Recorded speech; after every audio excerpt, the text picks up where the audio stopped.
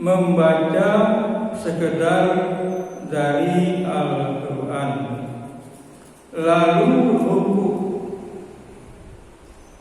sehingga tenang dalam kurung tumakninah, tidak terburu-buru, tidak tergesa-gesa. Nah, ini dalilnya. Terus berdiri sampai lurus, kemudian sujud sehingga tenang, kemudian duduklah sampai tenang, lalu sujud lagi sehingga tenang pula.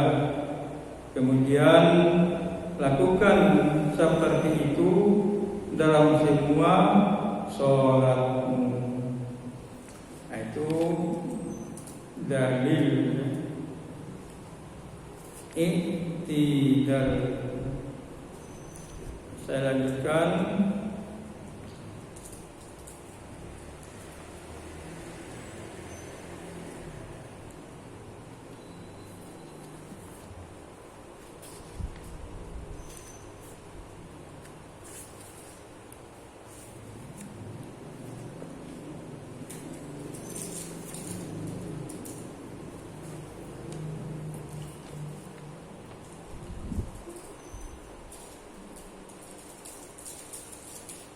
Lalu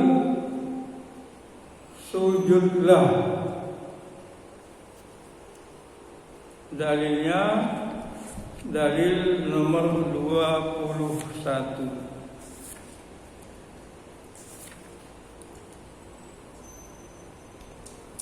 Lihat hadis Abu Hurairah nomor 15 di atas. Hadisnya, dalilnya karena hadis Abu Hurairah radhiyallahu anhu mengatakan bahwa Rasulullah sallallahu alaihi wasallam kalau sholat ia bertakbir ketika berdiri, lalu bertakbir ketika rukuk, lalu membaca Sami Allahu liman hamidah ketika mengangkat punggungnya atau bangun dari rukuk, lalu membaca selagi beliau berdiri Rabbana walakal hamd, lalu takbir tak kala sujud, lalu bertakbir tak kala hendak mengangkat kepala, mau duduk antara dua sujud, lalu bertakbir tak kala hendak berdiri untuk rakaat yang kedua. Kemudian melakukan itu dalam sebuah sholatnya serta bertakbir tak kala berdiri dari rakaat yang kedua sesudah duduk. Diriwayatkan oleh Bukhari dan Muslim. Apa itu? Kalau membaca hadis ini jelas ya, jelas sekali. Nah, para ulama baru menyusun buku namanya buku fikih tuntunan sholat. Kita lanjutkan.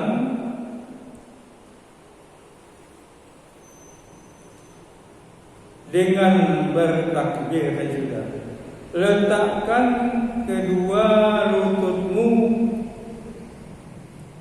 lutut dulu, dan jari kakimu di atas tanah, lalu kedua tanganmu, kemudian dahi dan hidung. Dengan, maaf saya lupa ya Bapak Ibu, posisi sujudnya, sujud itu tadi belum sujud Mas Maria, belum sujud ya, prakteknya baru duduk ya. Oh sudah, saya lupa tadi, kakinya itu ya begini, tapi diangkat menghadap kiblat. Jari-jarinya diangkat untuk menghadap kiblat. Apa Ibu, rahimakumullah, saya sering sampaikan ya, ini kan tuntunan Rasulullah.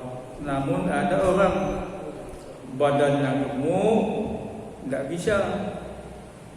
bisa jarinya diangkat, diginikan saja, ya tidak apa-apa. Pokoknya kita semampunya menurut tuntunan Nabi, tidak bisa ya mau apa lagi. Kemudian dalil nomor 23 terakhir.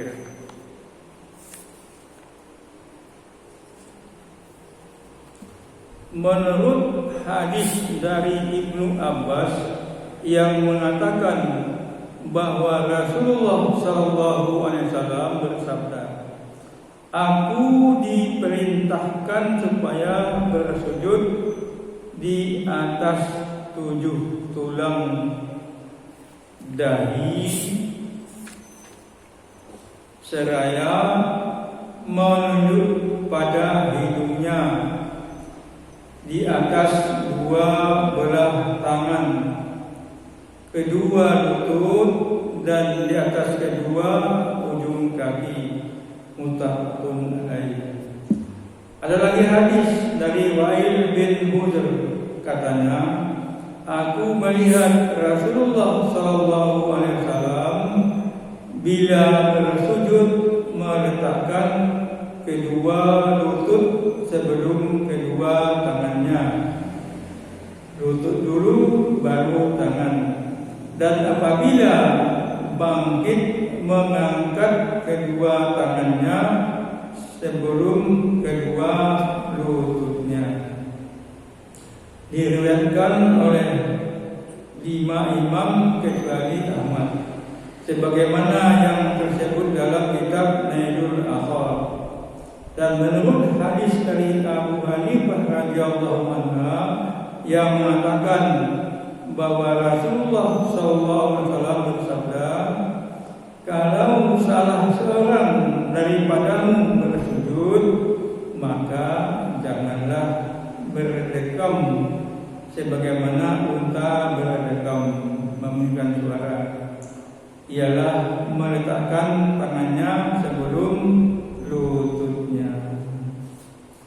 Apa Ibu rahimahullah, saya lupa tadi menyampaikan ya. Ada orang yang gemuk, kalau tangan dulu jatuh, nah kaki dulu, baru tangan. Dapat. Ini tergantung fisik seorang. Yang kedua, yang siapapun boleh mengamalkannya, entah gemuk, entah kurus. Kalau bisa, sebelum sesudah sujud, duduk dulu, jangan sujud Allahu Akbar. Nah, itu yang tidak ada tuntunannya. Tuntunannya kita sujud Allahu Akbar. Kalau orang yang sudah sepuh, yang tua, yang sesak nafas, ini sangat besar manfaatnya. Untuk apa? Untuk istirahat. Namanya tumakninah tadi, tenang. Enak kan? Allahu Akbar. Baru berdiri.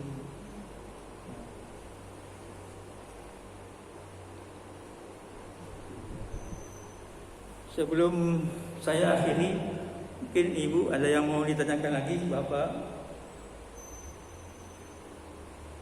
Kalau ibu-ibu itu kalau jatuh biasanya josor dulu ya Pak, cuma tak dulu Pak. Jadi dulunya kali Pak. Boleh enggak? Bagaimana tadi? Kalau yang sudah ibu itu biasanya tidak fotonya dulu Pak, tapi langsung gini Pak. Nah, Kalau tuntunannya Kalau dulu itu sakit toh. Baru kan pakai ini dulu, boleh kali. Boleh enggak? kalau tuntunannya kan tangan dulu, kemudian kaki, letakkan dia sujud, langsung berdiri, baru lutut. Tapi kalau tidak bisa, punya kurang sehat, sakit atau segala macam, ya boleh saja, tidak apa-apa. Yang penting la yukallifullahu nafsan illa usaha. Allah tidak membebani kamu kecuali semampu, kecuali kesanggupanmu. Apa itu rahimullah ya. Salat ini kan dalam hadis itu mi'rajnya kita, hubungan kita dengan Allah Subhanahu wa taala. Nah, sebaiknya kita yang pertama itu menurut tuntunan Rasulullah. Kalau bisa, tidak bisa ya bisanya. Dan yang kedua baru kita khusyuk. Nah, khusyuknya itu yang istilah mi'rajnya itu. Nabi Muhammad mi'raj dengan badan dan ruhnya.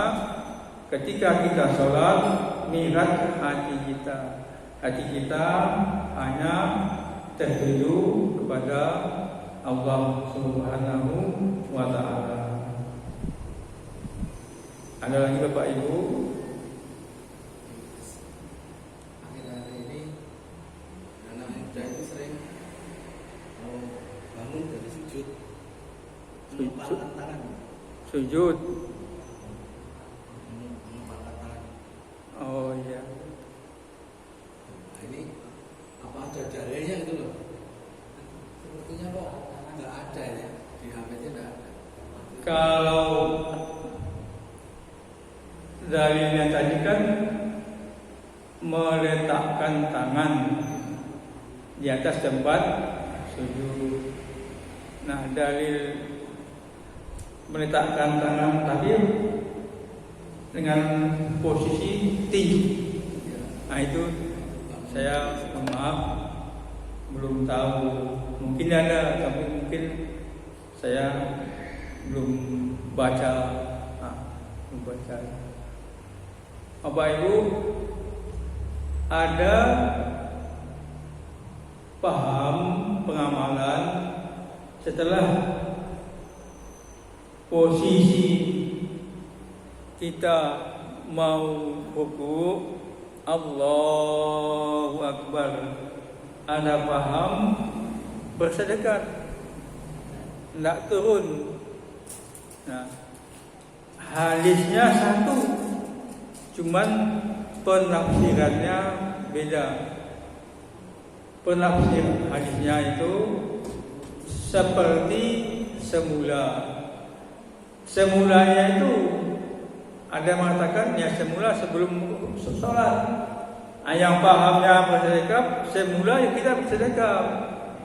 Nah, itu menurut saya ya monggo kalau diamalkan seseorang ya silahkan saja, itu pemahamannya. Kalau bisa kita tidak usah menilai orang itu nggak sah, nggak bisa. Dia punya pemahaman ya terserah dia. Kecuali kalau kita mau diskusi, tanya kamu seperti itu dalilnya apa. Tapi kalau diskusi itu Bapak Ibu, yang namanya fikih ini, orang Jawa bilang el-elan, tidak mau kalah. Debat kursi, tidak usah diskusi, udahlah. Lakum dinukum wali, ya, bagimu agamamu, dalam arti ibadahmu terserah kamu, ibadah saya untuk saya. Bapak Ibu rahimahullah, terus terang saja ya, Adi Hidayat itu mondok di Pesantren Muhammadiyah di Garut dan sekarang menjadi wakil ketua pimpinan pusat Muhammadiyah Majelis Tabligh. Tapi Adi Hidayat kadang-kadang tidak sama dengan HPT ini. Nah, boleh-boleh saja di awal dulu sudah saya sampaikan tidak harus wajib mengikutinya. Ini hanya tuntunan. Kalau diamalkan, alhamdulillah. Nggak diamalkan, ya tidak apa-apa. Begitu Bapak Ibu ya yang dapat saya sampaikan malam ini, mudah-mudahan ada manfaatnya. Lebih dan kurang saya mohon maaf. Akhirul kalam, wabillahi taufiq wal hidayah. Assalamualaikum.